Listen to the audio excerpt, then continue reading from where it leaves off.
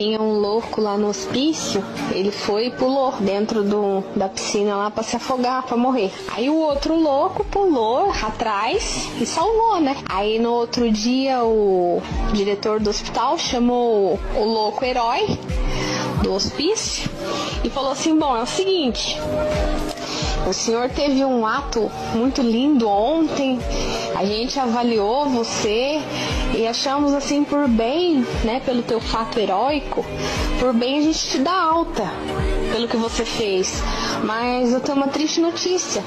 Aquele senhor que pulou lá, ele pulou pra se matar. Você foi e salvou. Só que hoje a gente encontrou ele morto. Infelizmente, ele tava morto, pendurado com uma corda no pescoço. Aí o louco disse...